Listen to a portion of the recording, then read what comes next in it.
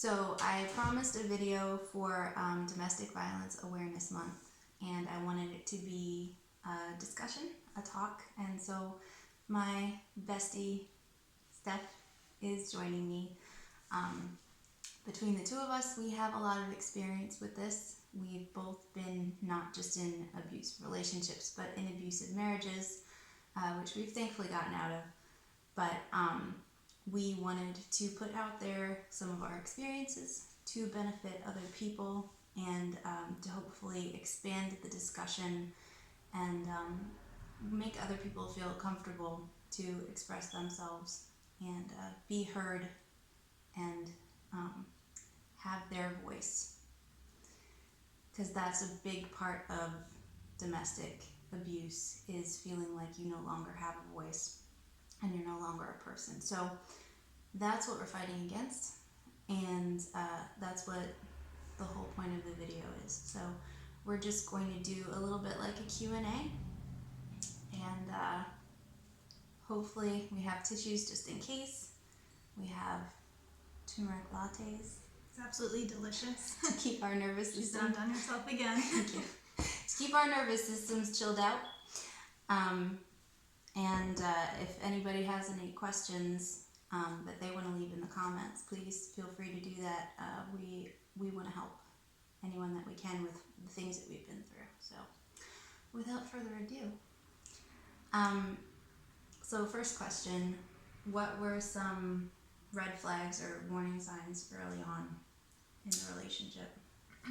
Well, first of all, I started dating my ex-husband in my teens, and we got married at 19. But even before marriage, while we were still dating, there were a few red flags that showed he was an angry person, and that he had a temper tantrum, which I had just condoned. One example would be I had accidentally spilled coffee on his phone while we were in his car, and he totally flipped out. He started cursing at me, using the most, crazy words that you could possibly think of, called me the B word, and I had condoned it because I was like, well, it's my fault, he's just angry. But at the same time, even though I was young, I was like, well, that's not really right, that was really an overreaction. But I let it go because I was like, well, it was a mistake on both of our parts, and just, it was a red flag, but again, I just let it go. Yeah, I think that's a common theme with a lot of red flags, especially if you come from a background that may not have been the most emotionally supportive and healthy, like not the ideal childhood. You do a lot of internal blame and shame. Absolutely. I think what's really cool is like our exes had very different ways of working us. Mm-hmm. So I think that's going to be awesome because it's not awesome, but it's good because we've got there's more of a broad range of red flags and symptoms, right, that we can talk about. Like for me, my ex never had any rages. Like before we got married, he was always just like very chill, likable guy. Everybody thought he was just the nicest guy. And it was a little bit hard to even think of like what the red flags were looking back. I'm like, there had to be some. Mm-hmm. And then as I started thinking about it, I was like, oh no, there was a lot. But I also kind of dismissed it. So for one, was coercion for like more physical contact than I was necessarily comfortable with at the time. And I had a boundary. I didn't want to go past a certain physical intimacy.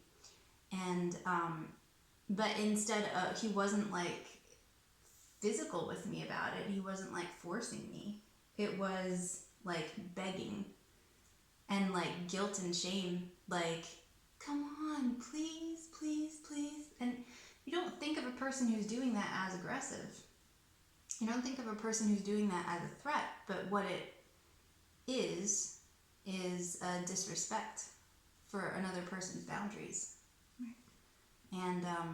And that was a big deal, and I guilted and shamed myself because it's like, you're a horrible person for making him beg, and he's, he has needs, he's only human, And so I'd feel guilt if I say no, which he would then use to push my boundaries again. You know, it just keeps breaking you down. But like, that's a really big thing to look out for. If someone is pushing your physical boundaries, and no doesn't mean no.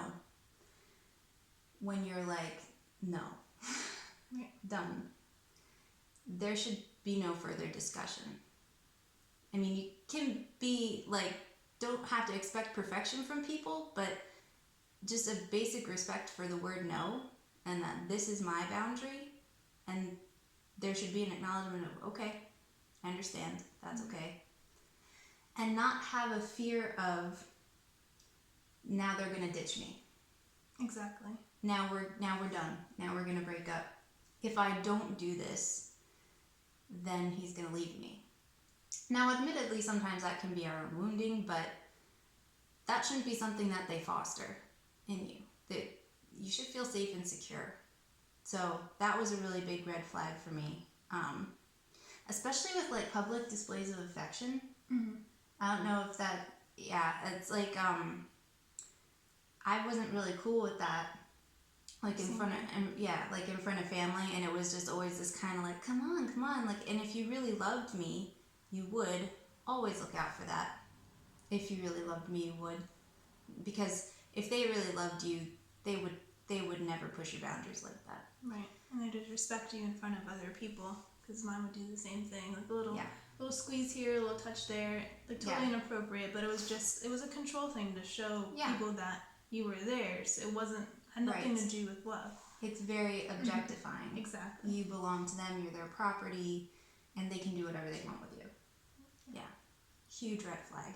Mm-hmm. So, and along with that was like the guilt. He would use guilt on me, like to manipulate me. It was grooming. So like if he didn't want to get up off the couch, but he wanted something to drink. I'd be like, sweetie, could you please get me something to drink? I remember one time, it was earlier on in the relationship, I was like, no. Like, I don't know if I was being mean, but I just felt like, no, like we're both sitting on the couch. You can get your own drink. I think maybe a little bit jaded from like my dad and stuff, but I was just like, no. And he never let me hear the end of it. Like through our entire dating and marriage, like you wouldn't get that drink for me. And he would come back and use that so many times. Like the one time I was like, no. And I wasn't mean about it. I was just like, no, you get it. I'm watching the show too. And this was back before there was like TiVo and we couldn't pause it. And I'm watching this episode of Friends just like you are. You go get your water. Never let me hear the end of it. But that was the kind of stuff that he would use to like manipulate me and see, you're such a mean person and I have to put up with you. Like you won't even get me a drink. Mm-hmm. And I was like, yeah, I guess I am really I'm kind of a jerk.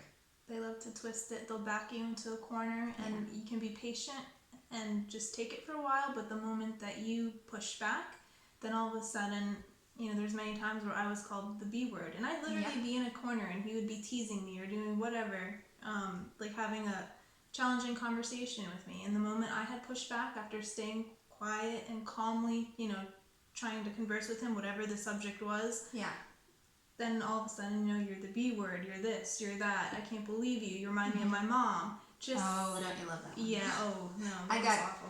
I got grandma. You remind me of my grandma, which is, it's not if fun, you knew the woman. Yeah.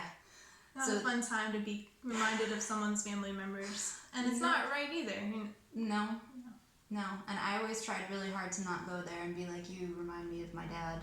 Even though, like, very much did when he got abusive, absolutely. But yeah, so notice that too early on, if they're using guilt and manipulation just in little ways, like tease, like little tease and pick, and then you've had enough and you're like, okay, enough, stop. And they're like, look at you.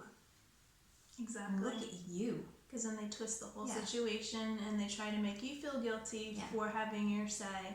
and giving them that pushback that they obviously want, because they wouldn't put you in that position in the first place. So they want to twist things around because they do get some sort of sick pleasure over being aggressive like that and picky, and they want their reaction. Yeah, they want to be victimized in that moment, because that winds up giving them power in the long run. I went into that a little bit in the video that I'm trying to remember what it was called, but it was like basically it's self-harm.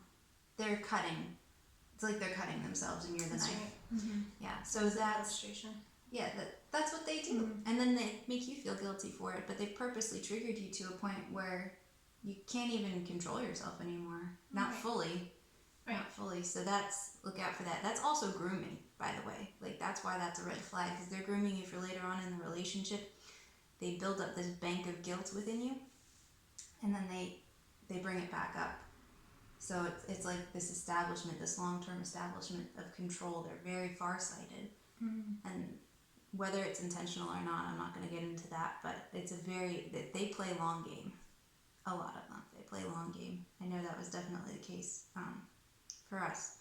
So another red flag, video game addiction.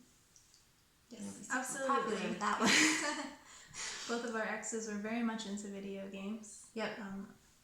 And that's I like playing video games. And I have, not recently, but back in the day, I would, like video games, computer games, they all have their place in every, lives, the people who enjoy them. Yeah.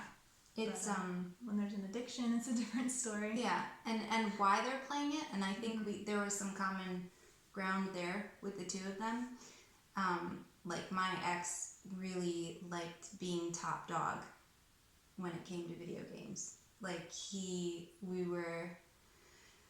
was into World of Warcraft and then pulled me into that, but it was he liked to be top dog in the guilds. He liked everyone to know his name.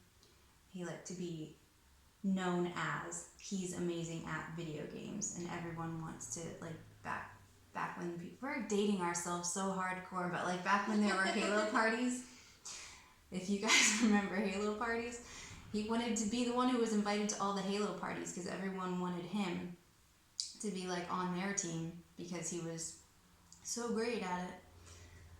So like there was a narcissistic feed there. And then when I started playing, because I was like, oh yes, this is important to you, so I want it to be important to me, and that's a big deal. Be supportive.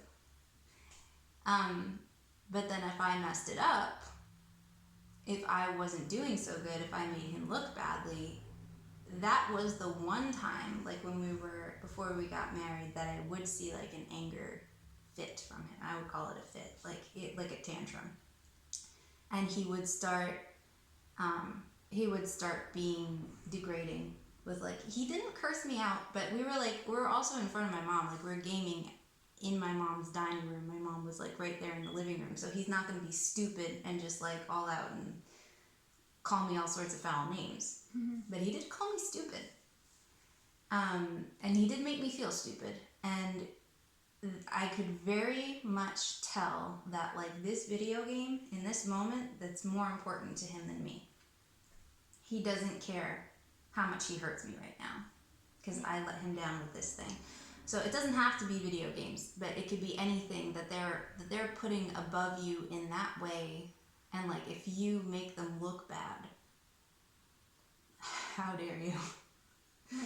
How dare you? And so that was when his mask slipped a little bit. That was the one time, like, so that would kind of be akin to like the rage when you spilled the coffee on his cell phone. He was very, if I read this correctly, into his like possessions.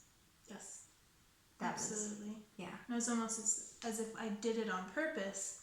It's like that was not pre-planned. That's just something that was an accident that happened. Like, and obviously with you with the video games, you're not going to plan to sabotage him. No. I mean, maybe now you'd want to, but back then at the time, you're a team. You want to do your best for your other half, and to have that reaction to somebody you love and you're trying your best for is absolutely crushing. It is really crushing, and it leaves you.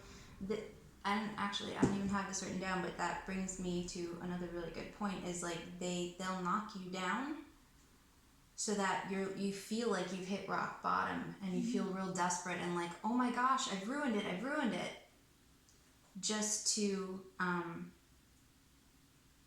bring you back up. Then it's like, then it's okay, and then you're like, thank goodness, you're the best. Thank you for being so forgiving. I'll love you forever. And all of a sudden they're the hero. Yeah. Hero. Yeah, because they've forgiven you for something that's not even that big of a deal. Right. So that shouldn't be a big deal to anyone who is emotionally stable. Like, we're all gonna get irritated with each other. Mm-hmm. Like, it's Just one. natural. Yeah, it's one thing. Nature. Like, if you spilled something on my phone, I'd probably be like,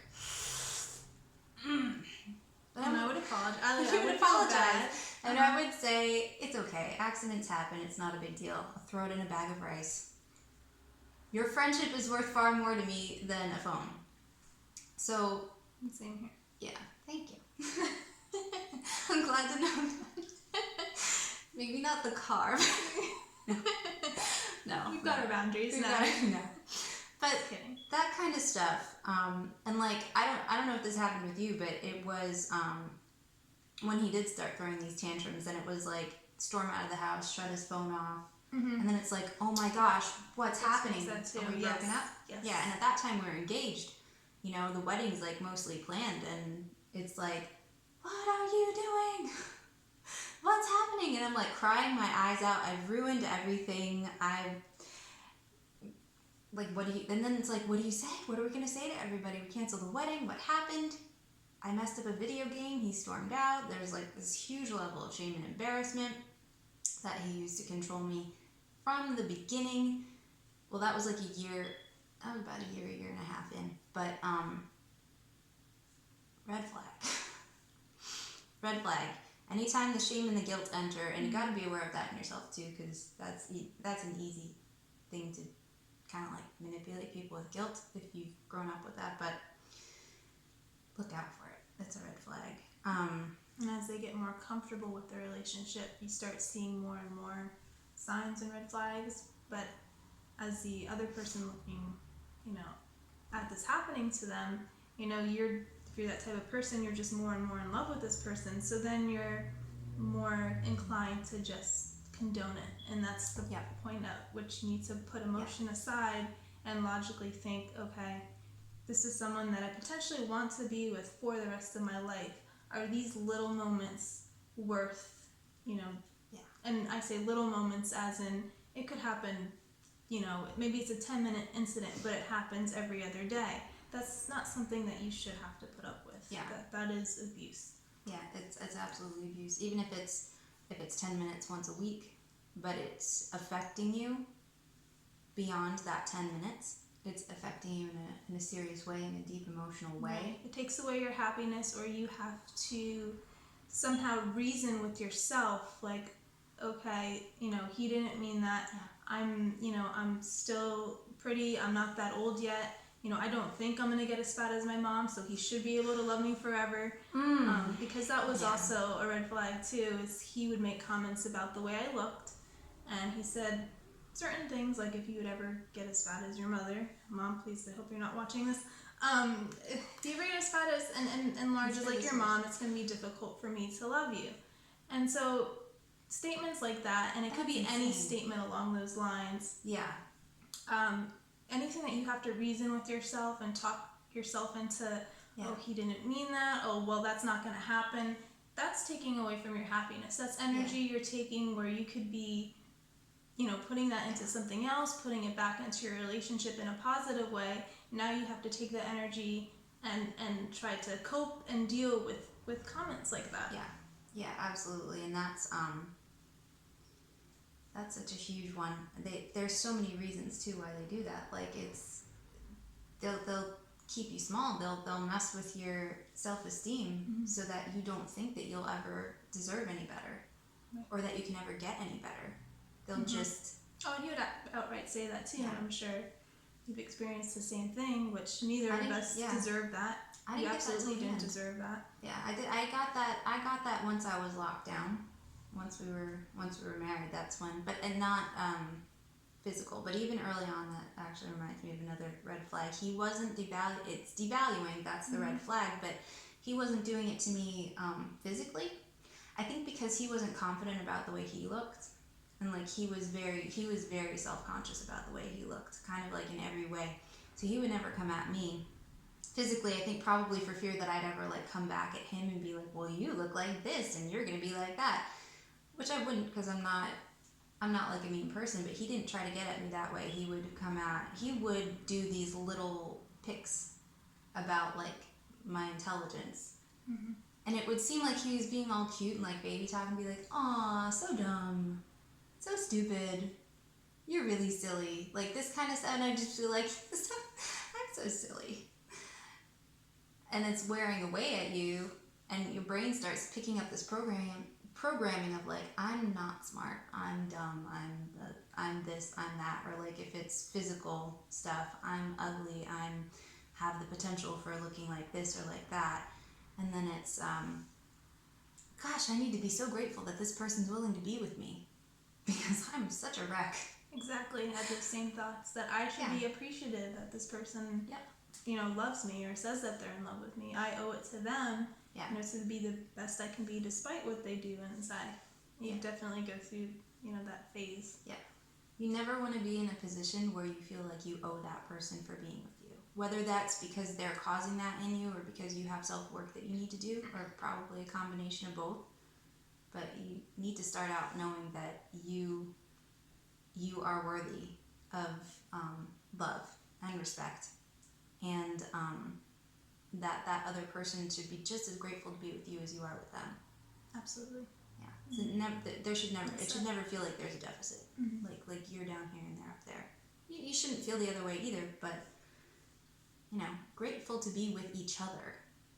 I think so. That's a big one. And we refer to each other as your other half. If they're encroaching on 3/4, there's an issue. That's the thing. Yeah, that's the thing, and that's that'll happen with people with narcissistic tendencies. Is they'll start swallowing you whole. Right. That's what they want to do. Like, there's not going to be a self left. There's not going to be a self left, and they're usually looking for people who have kind of wobbly sense of self to begin with, because of other factors in your life. So that's something to be aware of.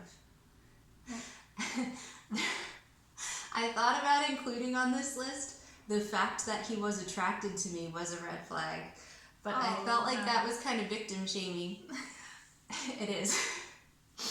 But like when you got a lot of baggage and you kind of don't have a strong sense of self, and someone's like hardcore attracted to you, hardcore, and like pushing emotional, I'm just going to say emotional intimacy, because it doesn't even have to be physical intimacy, but like pushing that really fast and like talking all the time, and like, you're the only person in the world who gets me. Like, you have that thing going on really fast that's like, they're trying really hard to swallow you up really quickly. They see that you're like a tasty meal. So that's not a red flag if someone's attracted to you. I don't mean that, but it's important to do self-work. That's my point. Another red flag, he would lie without remorse. Not to me, not in the beginning, as far as I knew, but like to other people. And it would be like little things. Like he'd, if he was late for work, he would lie about that. He'd have no remorse about that. Or like if he had a commitment to another person, he was supposed to go over like a social commitment, or he was going to help somebody with something, he'd lie to get out of it, and he'd have no remorse, and he'd kind of like laugh about it.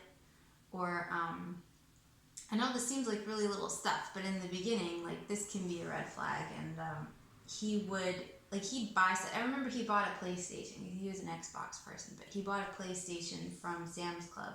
And at that time, Sam's Club was notorious for like taking stuff back. You could have it for a year and they'd like take it back and refund you. So he bought a PlayStation, he kept it for 6 months and played with it, and then he took it back and he got a full refund. And he was just kind of like laughing about it the whole time. And like, he had no remorse. Like, there wasn't even any sort of like, well, I feel kind of bad, but I'm not going to play it anymore. Like, no, he was like, well, they're stupid for doing it, So that was a red flag. Similar experience that I was told. Mine used to work at Sears, and so he thought it would be a great idea to steal a vacuum cleaner for his parents' first anniversary. I did not even know this. So he went and he stole the vacuum cleaner just, for a short period of time until they found out that he took the vacuum cleaner. And so then he had to tell his parents, who he already gave the gift to, I'm sorry, I need to take this back. And he had to tell them the situation. And, to me, it was kind of funny, but it was also alarming. And it's things like that you want to brush aside because you love the person so much. Yeah. And they're young, they're dumb. Again, they didn't mean it. But then that also shows the respect that they're going to have for you, and they're going to be dishonest. And that's something that, if you're looking to be with the person the rest of your life, that's something you definitely need to take into account. Yeah. Yes, that's the thing. Like they'll be that way with you. These little things that are red flags that you just kind of brush aside. Like, you need to be aware that if they do it to other people, if you observe them doing it to other people, or even if they're just doing it to you a little bit, like, it's gonna just increase, and you're gonna wind up being the target. Because along with that, he would be really nice to a person's face, and like schmoozy, like charming, really really nice, and like over the top, and oh, you look so nice, and blah blah blah. And then behind their back, like, to me, he's like ripping them apart. Oh, she looked awful, I can't believe, and I can't stand them, they're so annoying. And he, like, with everyone, he wasn't as severe in the beginning, but like the farther on we got, which I know now that was like moves towards isolating me. But again, if they're gonna do that, if they're gonna be fake to someone's face and then like rip them apart behind their back, they'll do that to you. They'll do that to you too. Without a doubt. Right. Without a doubt. So that's something to definitely be aware of. And it reminds me of another thing too. We've got a long list of red flags. We're trying to stop you from making our mistakes. He was like a different person around different people. Like, he'd be one way in front of my parents and his parents, and he'd be another way in front of this group of friends, and then another way in front of this group of friends. Like, he'd be like totally into partying and underage drinking and not concerned about that at all. And then with a different group of friends, it was like, oh, I would never. Like, it was so weird to me, and I wrote that off as, well, he has social anxiety. But I could never understand that because I have such a thing about trying to be like as authentic as possible. Right. And like some kind of weirdo, just trying to make sure I'm being myself and honest at all times. But like the one time I remember, this was after we got married, but this is a good example. Like, we were hanging out, I think we were hanging out with you guys, and he was talking to your ex, and like, yeah, I love beer, I love this type of beer. And I was irritated at that time. I don't remember what he did that irritated me, but I just went, what are you talking about? You hate beer. You just told me the other day how much you hate beer. You never keep beer in the house. What are you talking about? But that was the way he'd like shift, like a completely different person. Oh, he was mad. He was really mad about that. Being called out. I don't like being called out. He picked the wrong girl. But I wouldn't necessarily do it in private, but in public, I don't know why. That would be the time that I got, like, because he'd been picking on me the whole day usually, and then I was just like, now. She knew she had backup. I had backup. We'll have to do a video one day of like the call out, the final call out, yes. And how, yeah, that's a good story. She had my back. It was awesome. All right. Are there any other red flags you can think of before we go on to? Not at the moment. Okay. Might come back. Yeah, we might come up with some more. There's a lot apparently. I didn't think there was as many as there are, but those were the ones that we noticed. So, okay, I feel like this is a big one. What did he say to keep you in the relationship? Well, he was really good at apologizing in general when something went wrong. Like, he severely lied about one incident that I really don't want to get into, but when I came home, he had chocolates and flowers going all the way up the stairs. Yeah. He was really good at apologizing. And looking back, I know now that that did not heal anything. That did not make me feel any better. But at the moment, it kept me in the relationship versus, Yeah. breaking up. Love bombing. Mm-hmm. That's really interesting. This is another way that they differed. My ex was not good at apologizing. He would very rarely apologize. He would, if he did, it was like very, like, well, I'm sorry, but he would blame me. He would blame me when he lashed out. Because you did this and because you did that. Like, I've never been this type of person. You bring this out in me.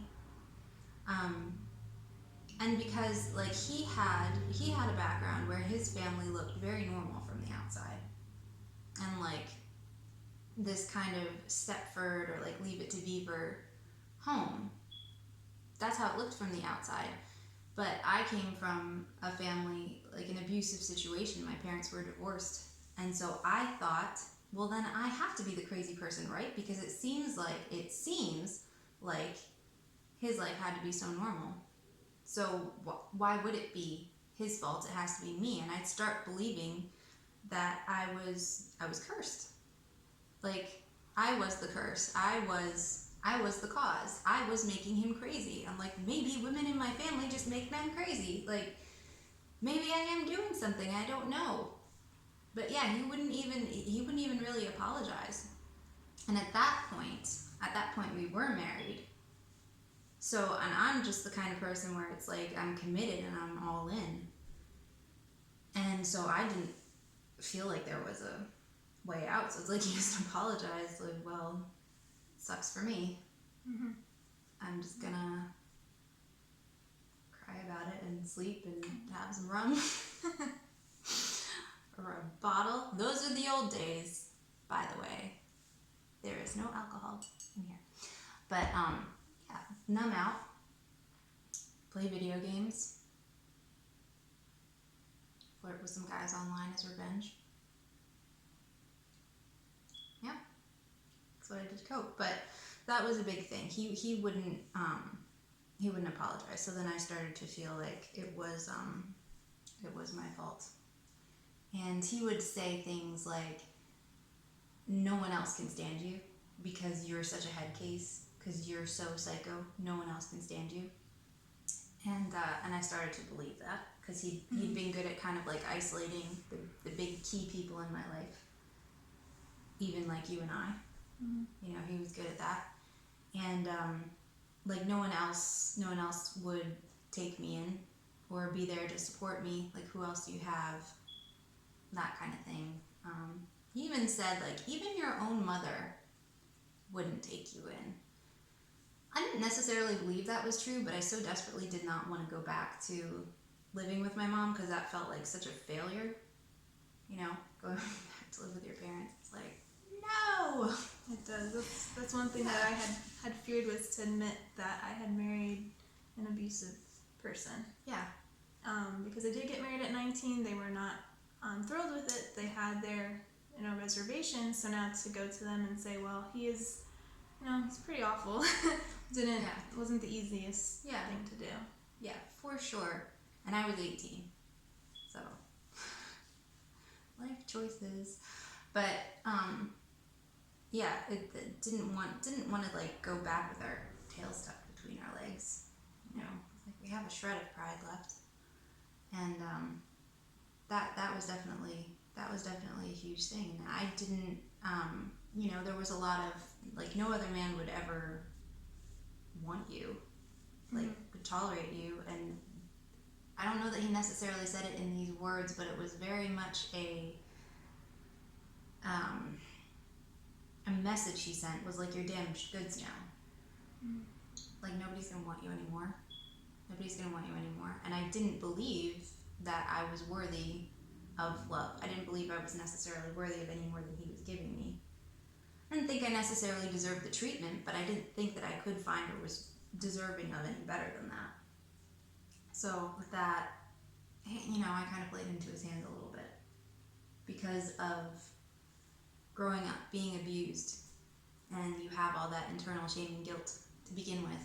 So he had a lot to work with there. Like, he didn't have to say a whole lot to just get my brain spinning, and just really it was just switching on old programs. He was kind of a lazy abuser. He didn't have to do a ton of work, but I think in the long run he wound up using the wrong strategy, because I didn't stay stuck forever. But yeah, I thought I blew my one shot. That's kind of the way my mind was. Like, you get one shot. Mm-hmm. You get one shot. And I'm like, I blew it. I blew it. I ruined this good man. I have ruined him. And this was my one shot, and I failed. And I was super isolated at that point. I was barely talking to anybody. I was so super depressed. Mm-hmm. So I just... really saw you first couple years of marriage. Yeah. Yeah. He cherry picked which friends we were going to be hanging out with. And I was really trying to keep him happy. Mm-hmm. So, we hung out with the friends that he wanted to hang out with. Friends who, like, kind of tore me apart. People who were not on my wavelength, and who did things that I wasn't necessarily cool with, and mm-hmm. definitely didn't have a respect for me and what I was about. And that was very purposeful, because that just helped him in his quest of belittle and degrade and keep me as small as possible so that he can feed off of me for the rest of my life. But yeah, that was like the big stuff that really kind of kept me stuck in the relationship too. So. And what's interesting, I think, is that we grew up in households where your father was the head of the house, so yeah. we were already treating them like kings without them having to belittle us. Yeah. But they really felt the need to belittle us so that they could feel good about themselves.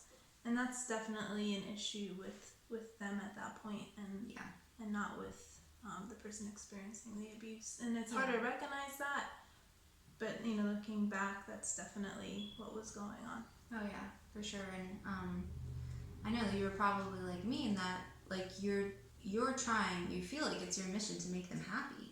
And you're trying to figure out, like, what the right things are to do, and you're trying to do all of them, and nothing's working. They find fault with everything that you do. Mm-hmm. And again, this will probably be a little bit later on in the relationship. This was after we were married, but it's like, I'm trying to do everything I can in my power to be a good wife. Exactly. And you're just I'd be at hating home me anyway. cleaning the floors 2 a.m, 2 weeks after we were married, wondering where he was. But he claimed to state that he would not be one of those guys that would give up his guy time. And I was like, well, I don't want to be one of those wives that, their husbands feel controlled and that, they're not able to enjoy their time.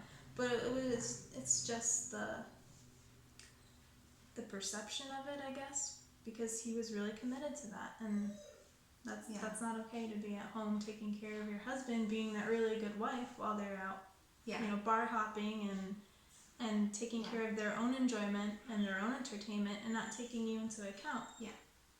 I mean, even right after we were married, he said, you're going to have to schedule time with me. It's like a Friday. I remember coming home from work, and I asked, if we could use something that weekend. He's like, I'm sorry, you have to schedule time with me. I'm going out with so-and-so. And it's not supposed to be like that at all. You get first dibs. You're married. Right. You're supposed to get first dibs. That's 3 weeks into the marriage, it just... That's crazy. That's crazy. Yeah. I'm having a lot of feelings about him right now. Let's go hunt him down. No, I will not. Can we put mom in this? No, just kidding. You're not gonna find any around here. All right. Well, this kind of ties into that same thing, but like, what emotions prompted you to stay? So I would say, well, I did love him. That's mostly why I had stayed. And there were times where I felt, because he also called me stupid and would belittle me, like I wouldn't find anyone else. Again, that whole, I need to be grateful that he thinks I'm pretty, or that he, is going to work every day, even though he's lying about what he does at work and things, or he would go to his mother about something that happened on the job instead of me. Yeah. Which also, that's not okay either. That's probably not considered abuse, but just our upbringing too. You're supposed to work at it. You're supposed to give it your all. But if you're the only person doing that and you're experiencing emotional and physical abuse, which we didn't really get into yet, there's a time when you can just, I think, throw your hands up and be like, I tried. Yeah. And there's a point where it gets dangerous to stay around. So yeah. I think it's just really important to remember that one person can't make a relationship work. Exactly. It's always going to take two, and it's always going to, the other person needs to be willing to get better, needs to be able to see the need to change. And usually the person who is being abused is trying to figure out how they can change to make it better. The person being abused is usually more than willing to change in any way that they need to make the situation better. And the person who is abusive typically does not see what they are doing to contribute. Or they might have moments where they're like, I'm so sorry, I can't believe I blah blah. But then the changes are usually not long lasting or very particularly meaningful. So yeah, that's a big thing to keep in mind, is like there comes a point where there's nothing more that you can do. That it's not a relationship.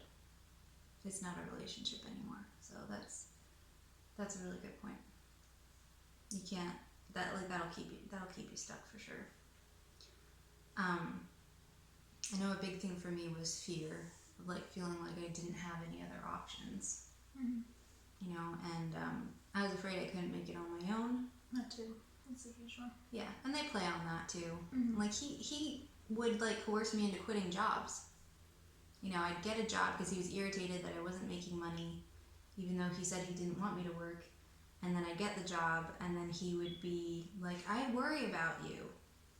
I worry about you when you're driving and you're out on your own, and it makes me nervous. And it's like, okay, well, I guess I don't have to. And then it's right back to, you're not contributing anything. And it's another, like, you can't win. It's another no-win situation. That's another red flag, creating no-win situations. But yeah, so I had no means of like feeling like I could make it on my own. I didn't have anything really established because he'd like controlled and manipulated me out of that. And all the money, like when I was working, he had control of all of it. There was one bank account. It took a year into our marriage for me to get a debit card, and his mom forced him to do it. And then He's definitely controlling. Yeah. And then I got the debit card, but I had no access. Like, I didn't know the online passwords. I couldn't check anything. Like, I had no access to anything, even though like plenty of my money went in there. I had no access to get it other than the debit card. I had no control over how it was spent or when it was spent, nothing. So that financial abuse, which Absolutely. that's definitely abuse, that played into my fear, which is something that kept me stuck, because I just didn't have the confidence that I could make it on my own. And I could, and I did, but that was something that prompted me to stay. And also like fear of what he would tell other people, because he was really, really good at making it look like I was the bad guy, because he was so charming, and he would make me look like I was crazy or a basket case. And I'm like, what's he gonna tell everybody? And I'm gonna look like, I didn't want to look like the bad guy, and that kept me stuck for a while. That kept me stuck for a little while, that I didn't want to look like the bad guy. And there was shame, which is kind of a little bit like what you were touching on, like not wanting to feel like a failure. I didn't feel like I could handle anyone calling me a failure, or even just implying. I definitely had some family who would have done that, who did do that. But after I left, then I just kind of isolated myself for a long time from those particular people, which was I think in the long run, actually a really good decision. But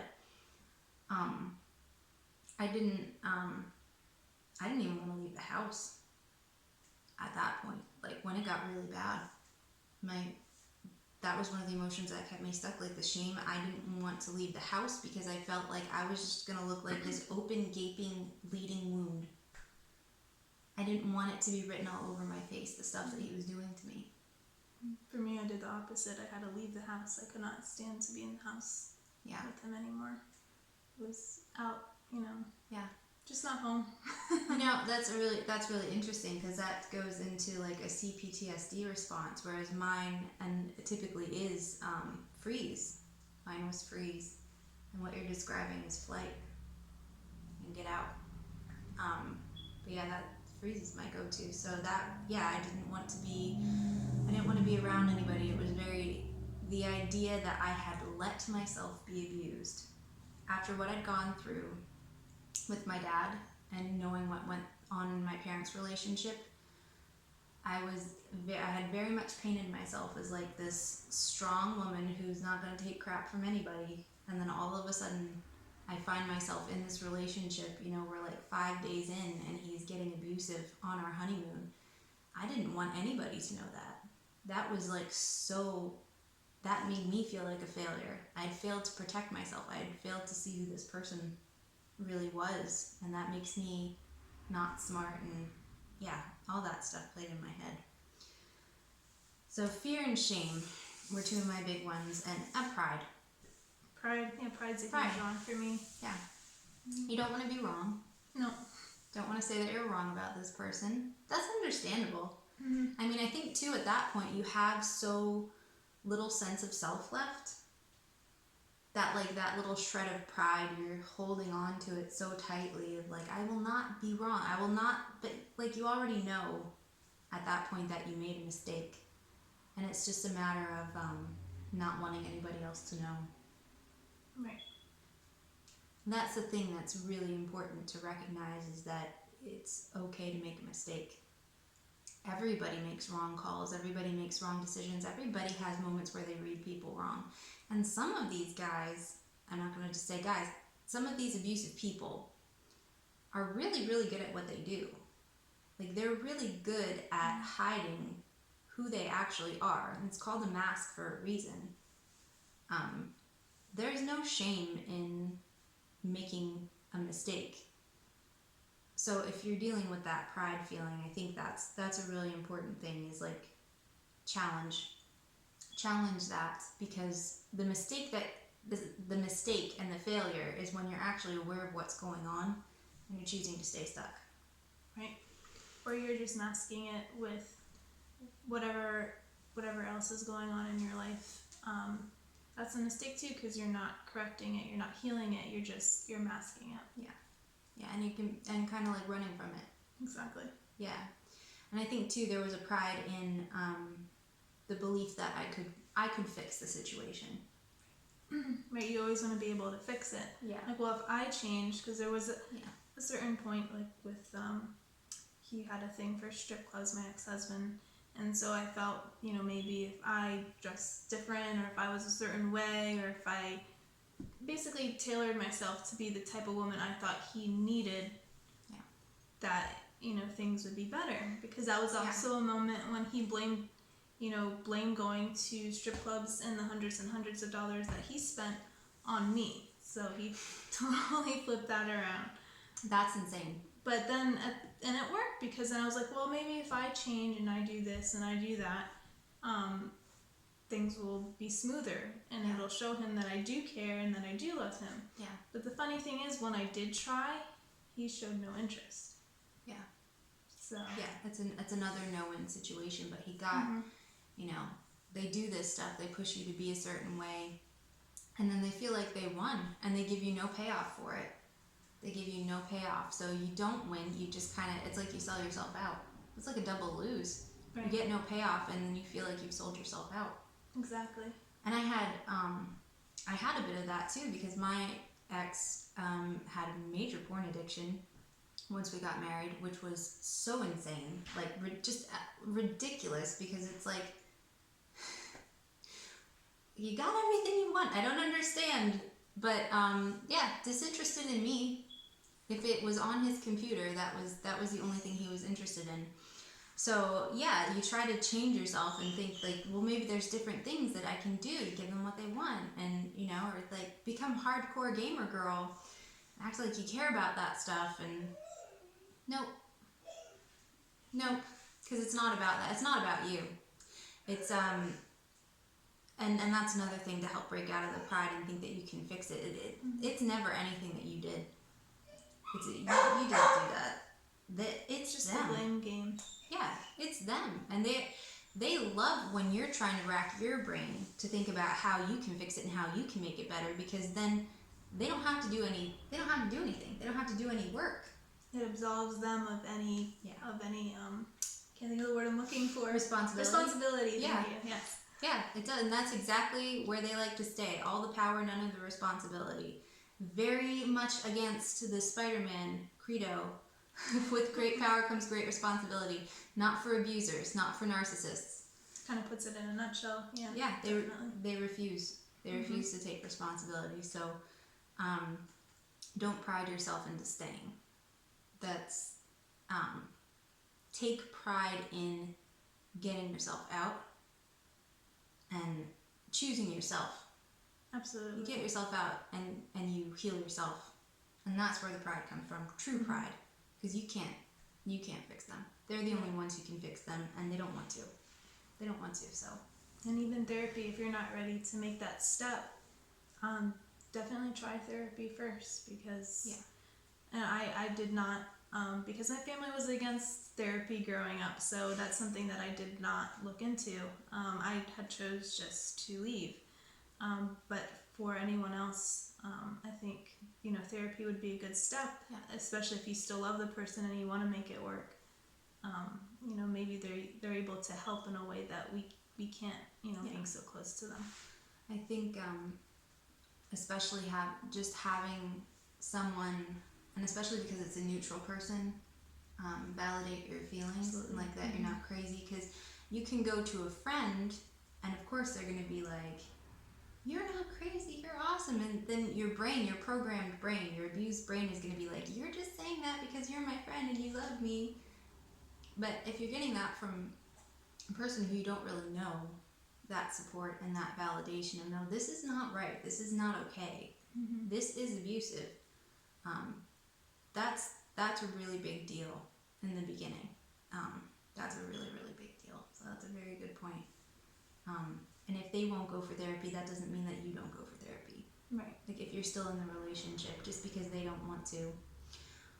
Or like my ex liked to play the game. This was after I left, when we were separated, but he was still kind of trying to get back together. And I said, I am not coming back into this house unless we're going to therapy and I hear from the therapist that you're safe to come back home to, because I'd seen my mom and dad do that dance of like back and forth, and I'm like, not doing that. Thankfully, one of the very few things that I did right. But he would say he was going to come to therapy, and I'd be there waiting, sitting in the parking lot, and he wouldn't show. And usually I'd get like a nasty text message, but sometimes he just, without a word, he just wouldn't show. He went to like about 30% of the sessions. So instead of leaving, I went in and I used the session for me. And that was immensely helpful. That like helped me plan kind of my actions moving forward, and helped me start to see where things were even more off in my childhood than I'd realized, and how it was kind of like messing me up. So that was a big thing. So yeah, therapy, or like I'm gonna link the like domestic abuse hotline too, because even that it's not always therapists I think that you talk to. I think it's just caring people, but just to get your emotions validated by like a neutral party. I think that's just a huge deal. It's a starting place. It's a good place to get started. We probably kind of covered this one, but did you tell anyone? I didn't tell anyone until after we were separated, except for you. You knew. Yeah. But no one knew about him hitting me or some of the things that he had said until after we were separated. Yeah. Because then it was like, okay, well, I broke through the pride, so you kind of just unleash whatever has happened to you. You relate your experiences more easily. Yeah. But I do remember telling my mom in the kitchen what had happened, and she had wanted to strangle him. Good for her. Yeah. And That's my dad too. response. But I told her, and I think she related the message to my dad. But And was that after you left? that was after I left. After you left, yeah. Yeah, there were like a handful of people who knew bits and pieces. Like no one knew the whole story. I think I told you after I left. I told you the whole story, but you didn't tell me while you were still in it. No, and a lot of that was, and this goes back to like feelings that keep you stuck. Like I wanted to protect everyone from worrying about me. Mm-hmm. I thought I got myself into this, so I need to handle it on my own. I don't wanna worry my family. I don't wanna worry my friends. So I mostly kept it to myself. But there were a few times, like he would speak pretty abusively to me in front of people. His select cherry-picked friends. And someone would actually say something to me about it, and then it was like embarrassment, and then then I would break a bit, and I'd tell a little bit of what was going on. The first time that happened, I think we were about a year into our marriage, so that would have been 3 years into the relationship, and he was just picking at me and picking at me and picking at me, and we were out to dinner with a group of friends, and like we went back to their house afterwards, and they were like, what? Like, the girls were like, he's being really awful to you. And I just kind of like broke down crying, and like, I was probably super incoherent and didn't make a lot of sense, but like bits and pieces I would tell them. And I think I actually admitted like the physical abuse at that point too, which it wasn't as much that early on, but it was often enough. And it's hard to talk about,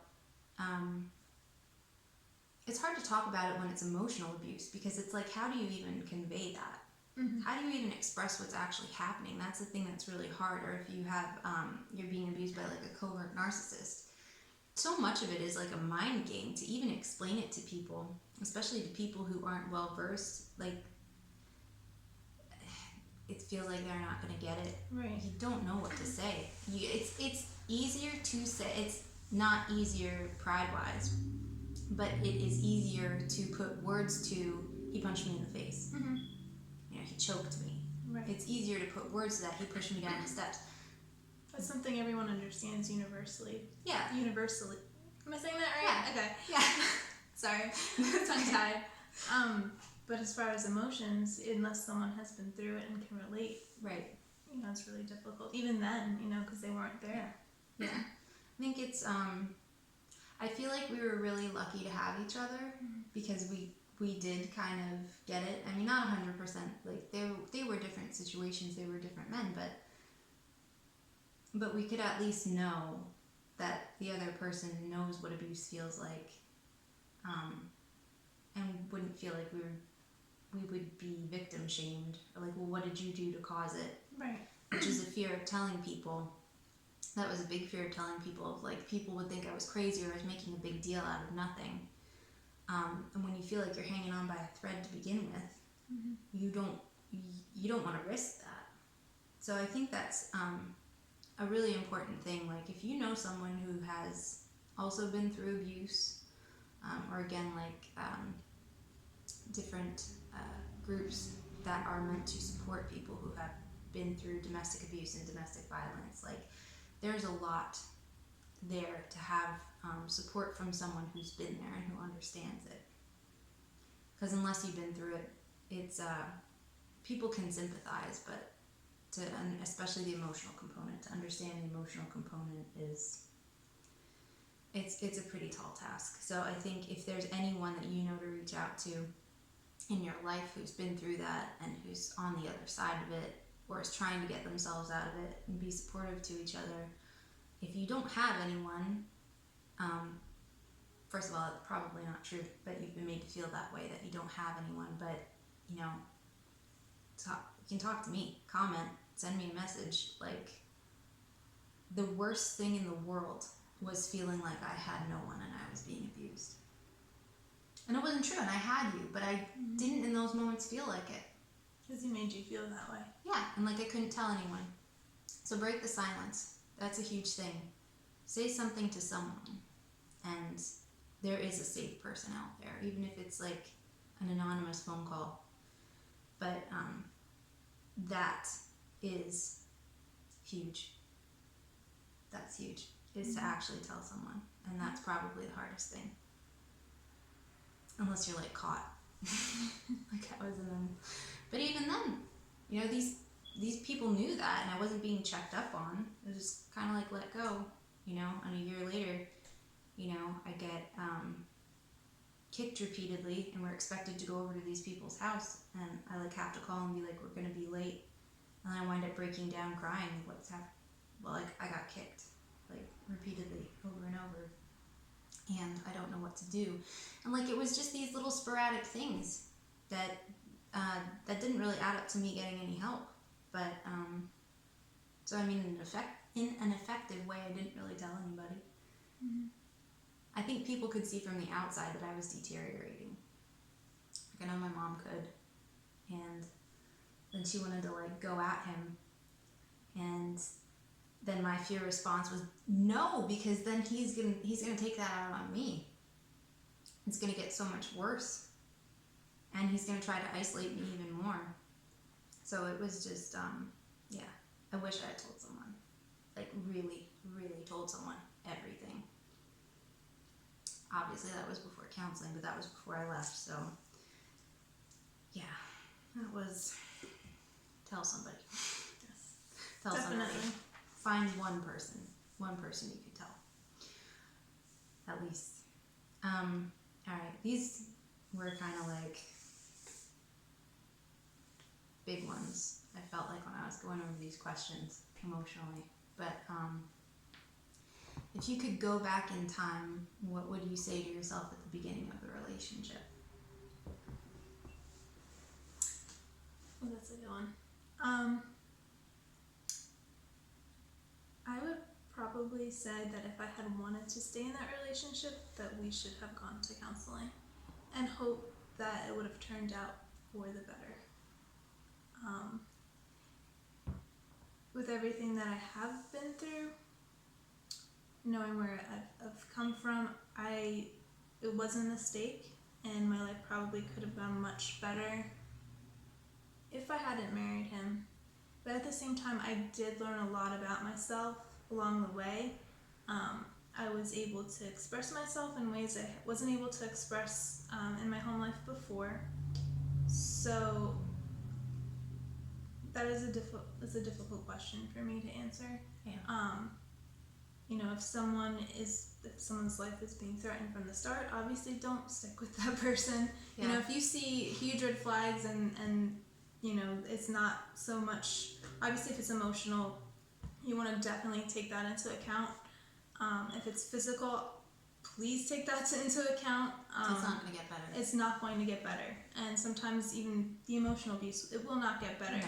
So, you know, if you are interested in someone and you see these signs, yes, people make mistakes. But if you start seeing a pattern of this in their behavior, then you really need to maybe question, put your emotions aside and click in the logic button, which is really hard to do when you like someone and you're all starry-eyed. But definitely put your emotions aside and try to focus on what you want long-term, and will that person be able to get you there in one piece. That's really good. I had to write it down because I was like, I know I'm going to be scattered when I do this, and this is some stuff that I've already covered, but I would have said to myself, pay attention to how he changes around different people, how he lies without remorse, how he complains about others behind their back, because if he does it to them, he will do it to you. Him pushing your boundaries is a lack of respect, and it will only get worse from here. Mm-hmm. You are worthy and deserving of love and respect. Being abused doesn't make you damaged goods, and coming from a broken home doesn't take away your value. That's a good one. You're not damaged. You're not broken. You are strong, a survivor, a warrior. Any man you partner with needs to be worthy of the warrior. Love yourself. There's a lot to love. It's beautiful. No, all right. Let's swallow it down. No, I think that would have I think that would have shifted. I think that would have shifted how I was looking at things, because I was looking at it as, this is the best I can hope to get. Mm-hmm. Same here. Okay, so same question. If you could go back in time, what would you say to yourself at your lowest point? At my lowest point, I would have said probably just tell somebody, go to counseling, don't take this anymore. You are worth more than what he wants you to think you are. How you feel, just productively change the situation. Yeah, taking care of yourself, that's huge, and that's such a hard hurdle to overcome when you're abused.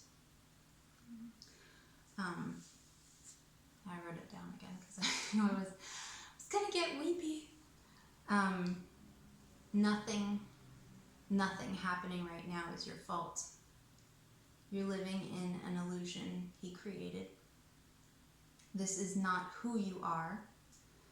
These are flashbacks. This is trauma response. This is your body screaming no. If you take out his abuse, you're capable of healing. You're capable of greatness. He's afraid of your strength.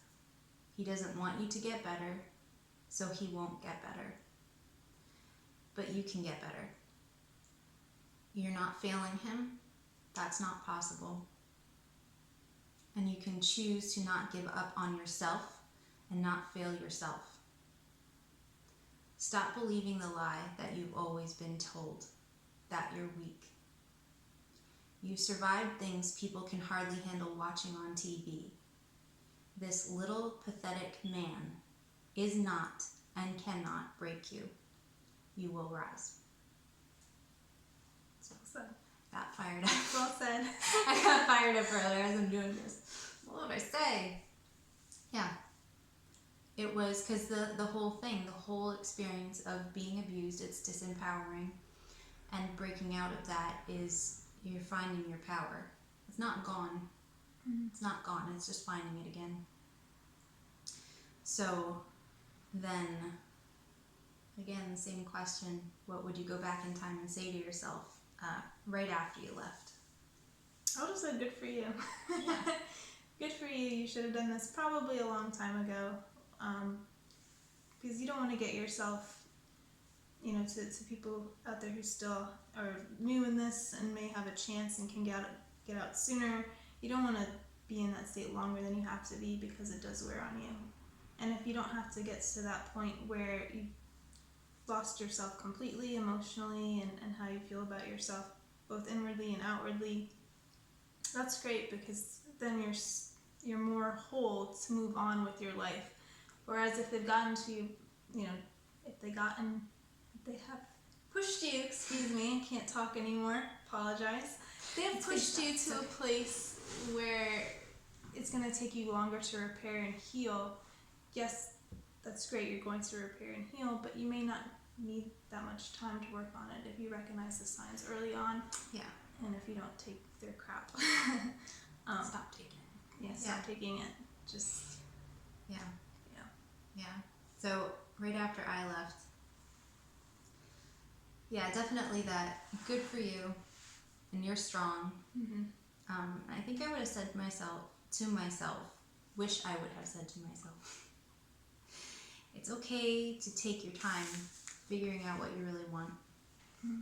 Slow isn't weak. Give yourself time to discover the amazing things about yourself.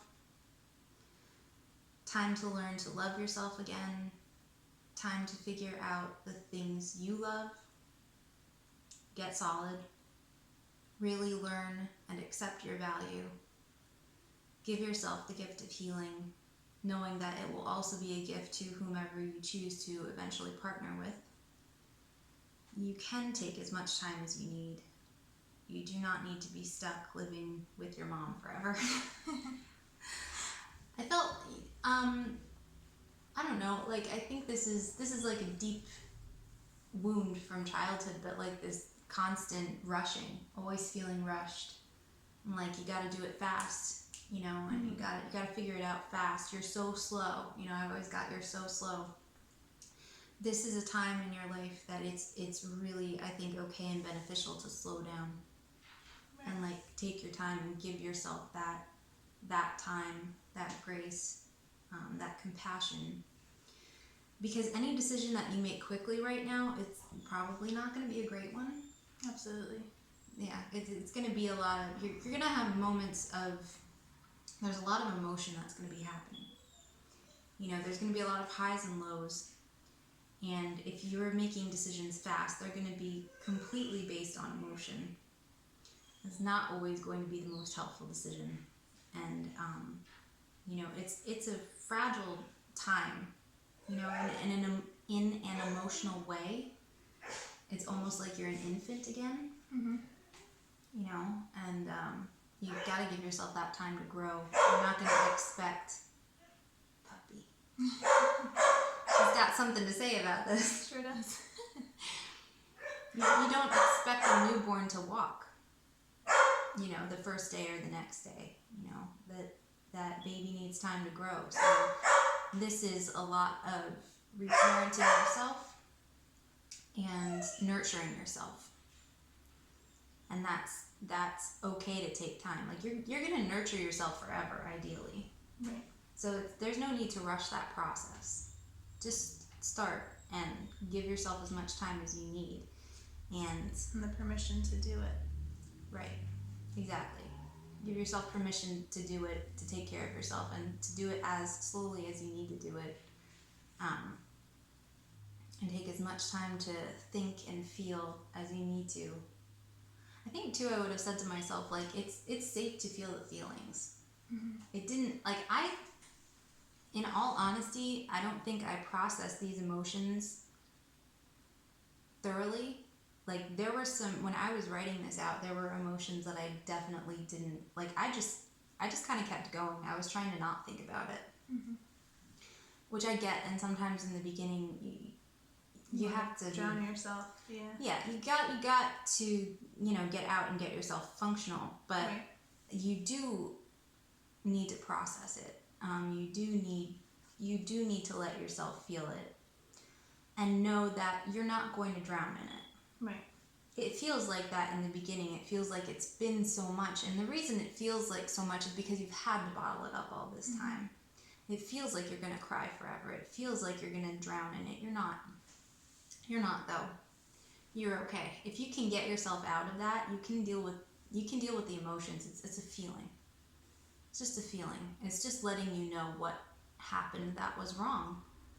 And if you don't acknowledge them, then there's a little bit more of a risk that you're going to relive it again. You know, you're going to put yourself in a similar situation because your brain wants to process it.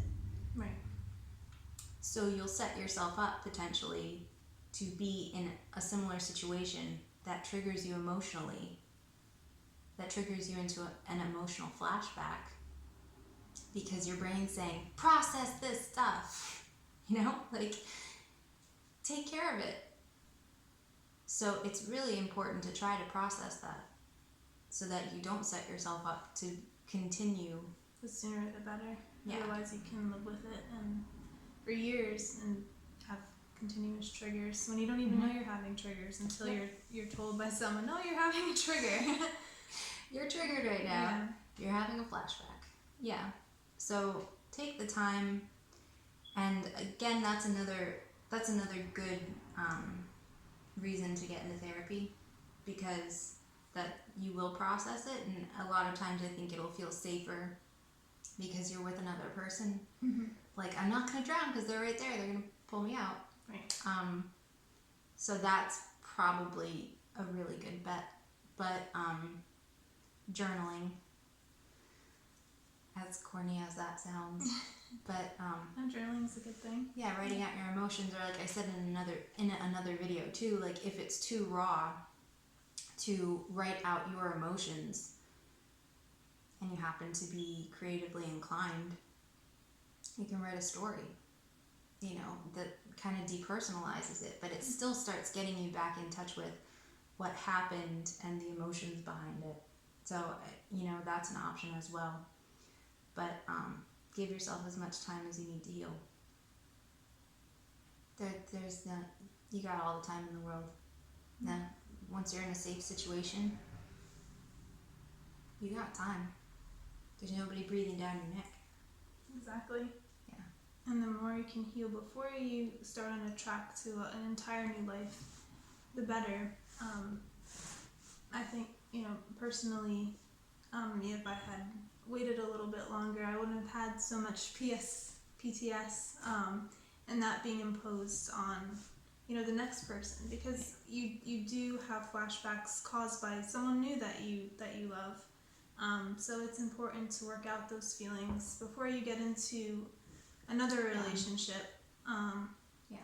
Because and it's not that other person's fault, but it's hard to distinguish between what is an actual warning sign and what's a flashback. Yeah. So you want to clear that up before you move seriously in a new direction with someone else. Yeah, that's huge. It is really hard to tell the difference between if this person is genuinely like abusive or, what would be a good word? Not stable. Or if I'm just triggered. Right. I'm having an emotional flashback. I'm having an emotional response to this. And, when you're fresh out of abuse, it feels like you're having an emotional response and an emotional flashback to everything. Right. So then you start invalidating yourself. In both ways, both extremes. Yeah. Mm-hmm. Yeah, when the other person starts doing stuff, I know my tendency usually was, you're triggered. I did this even with my ex, because I was like, you're triggered by what happened with your dad. He's not so bad. It's not that big of a deal. You're just triggered because of all your past baggage. Like, you don't want to carry in any self-doubt like that into the next relationship. You don't want to have that kind of self-doubt. So it's really important to heal yourself up as best you can. Nobody's perfect. Nobody's ever going to be 100%. But when you're solid in yourself and you've processed these emotions and you're not being constantly triggered why am I having a hard time saying that? I'm sorry. No, it's challenging to say. No. I know I lost what I was going to say, but knowing that you're not having emotional flashbacks all the time, that could be clouding your judgment, and sometimes that can even trigger you into getting into a new relationship really quickly, because it's like that safety, you're seeking it from other people. But what's really important, this is actually another thing I wish that I would have told myself, but that safety is never going to come from another person, because people are temporary. We're mortal. So you could find an amazing person who's extremely loving and safe and supportive, and the unfortunate reality is they could die in a car accident tomorrow. Mm-hmm. You never know. That other person is not ever going to be your safety. You have to be your safety. You'll be with you until the end of your life. When you get safe and secure in yourself, and you feel safe and like you're going to protect yourself, know that you're going to protect yourself and your boundaries, that's safety. And you won't feel any sort of desperation to get into a relationship that you're not quite ready for, because you're looking for safety and security. Mm-hmm. Because you have it, and it's within you. Not that you won't have moments, but yeah, so I think that's get solid. Take time take time to get solid and take care of yourself in the most basic ways, and then in the most important and big ways too. Cook for yourself. Cook for yourself food that you like and food that is good for you. I feel like that's a really big thing for me. It's true. I was on a fast food kick shortly after we broke up. That's probably the worst thing I could have done, because you don't feel good after you eat poorly. You really don't. It's more than just the calories. It's actually about the chemicals that are released in your body after you have poor food. But lately, I try to eat healthy. I definitely am not where you are at. Well, but when I do, when I'm stressed out, you feel so much better. You're able to process so much more clearer, and it's amazing. Yeah. And that's a process too. Like, there's no don't expect perfection to begin with.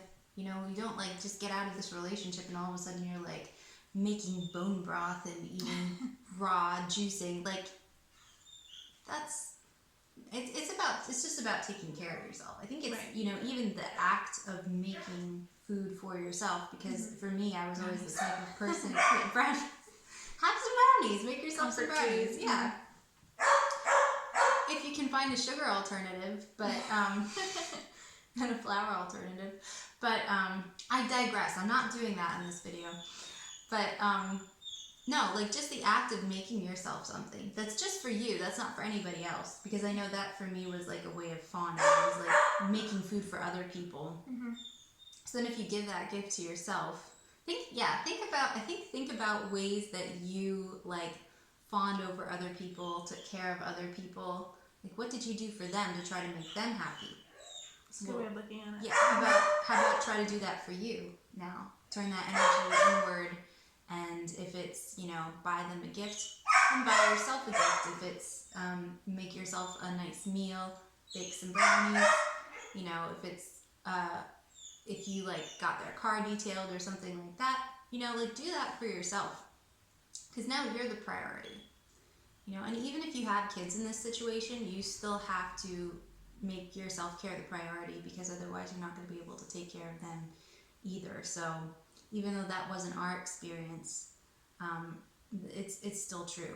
It's going to seem like a lot more of a challenge.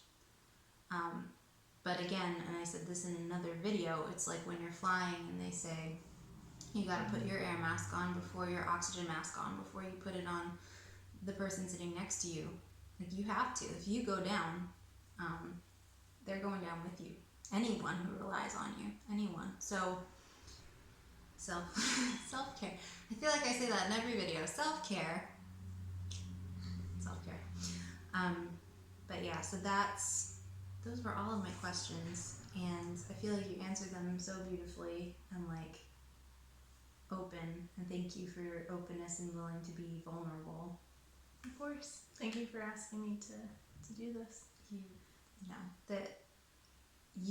We were through it together, in so many ways. So I feel like it was just super appropriate, and I really appreciate you. That it takes a lot to be willing to talk about that openly and publicly. So I appreciate that. I admire your bravery.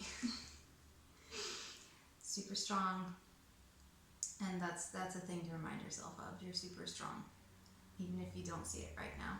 Just the fact that you've survived this long. You're strong.